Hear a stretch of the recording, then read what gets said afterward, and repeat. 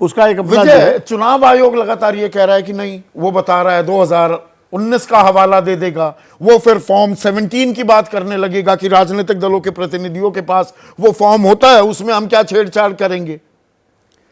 उसके बावजूद असमंजस क्यों बना हुआ है?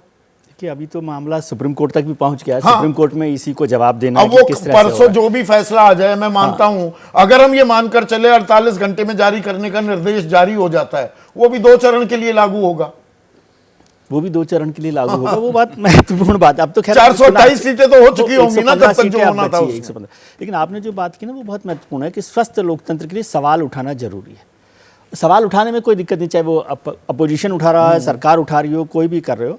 और इसी पर मुझे याद नहीं आ रहा कि इस बार जितने सवाल उठे केवल वोटिंग को लेकर और काउंट इसको लेकर ही नहीं हुआ, और भी तरह के सवाल उठे उसकी भूमिका को लेकर कि किस तरह से नोटिस जारी किए गए, किस तरह से नोटिस जारी नहीं किए गए। तो सबसे जरूरी है कि हमारे मजबूत लोकतंत्र के लिए इसी नहीं, नोटिस पर भी जो निर्देश अब जारी किए हैं चुनाव आयोग ने कि आप संविधान का जिक्र नहीं करेंगे जी हाँ, वो आप अग्निवीर जैसी स्कीम का जिक्र नहीं, अरे भाई संविधान का जिक्र नहीं होगा तो चुनाव किस बात का हो रहा है? चुनाव तो संविधान तो हमारी नींव है। कम्युनल स्पीचेस को लेकर कोई बात कही जाए तो वो ठीक, इसलिए मैंने कहा कि बहुत सारी चीजों पर सवाल वहां पर उठे हैं।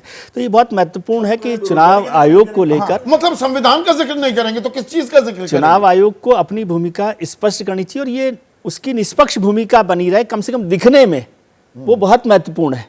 पहली बात ये नहीं, वो सीजर्स वाइफ वाला है। Not only should be, not only she should be above suspicion but should also seem to be. होना तो है ही, पर दिखना भी चाहिए। दिखना भी चाहिए। इसलिए मैं ये नहीं कह रहा कि ये कोई गड़बड़ हुई होगी, क्योंकि एक सिस्टम है वहां पर, जो पोलिंग एजेंट होते हैं वो भी साइन करते हैं, ये सब भी बातें होती है, बदलती नहीं है।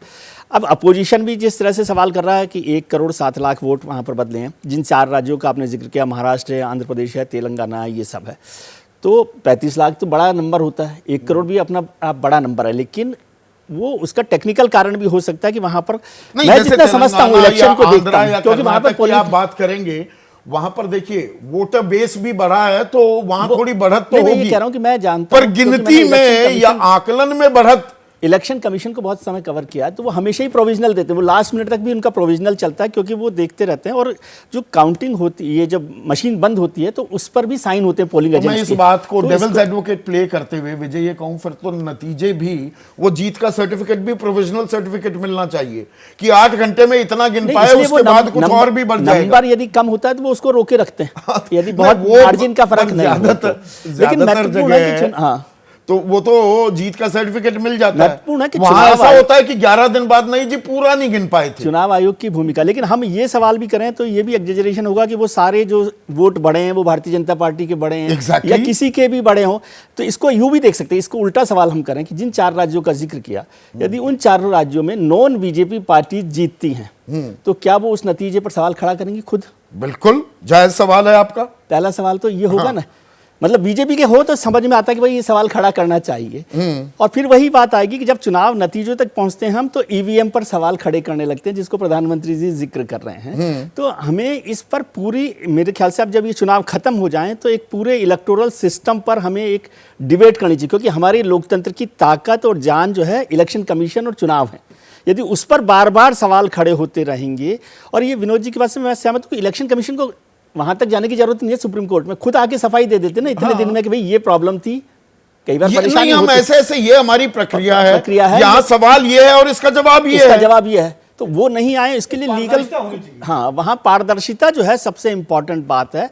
और चुनाव आयोग को मजबूत करने में हमारे सभी राजनीतिक दलों को आगे बढ़ना चाहिए। जब भी सरकार में आते हैं ना तो वो लोग अपने आप में उसको रोकने की कोशिश करते हैं, ये सबके साथ है, सबके। अरे भाई, कांग्रेस ने नवीन चावला को मुख्य चुनाव आयुक्त किसी को भी नाम लेने की बात नहीं, नाम लेने की जरूरत है, क्यों नहीं? सभी जब सवाल उठते हैं तो सभी राजनीतिक दल वो कर रहे हैं ना। हाँ, और इलेक्टोरल रिफॉर्म को आप याद कीजिए, इससे सवाल देखिए, ये जायज सवाल इसलिए हो जाते हैं और हमें ये उठाने चाहिए। बिल्कुल कि कलकत्ता हाई कोर्ट के एक जज रिटायरमेंट में अपनी फेयरवेल स्पीच में सीधा कहते हैं मैं तो आरएसएस से जुड़ा हुआ था।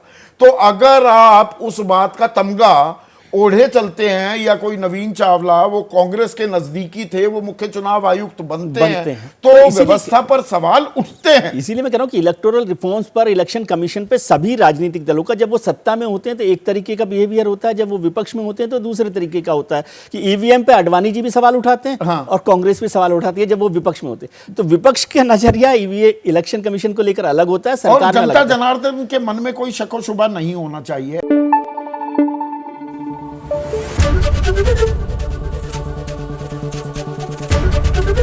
एबीपी न्यूज आपको रखे आगे।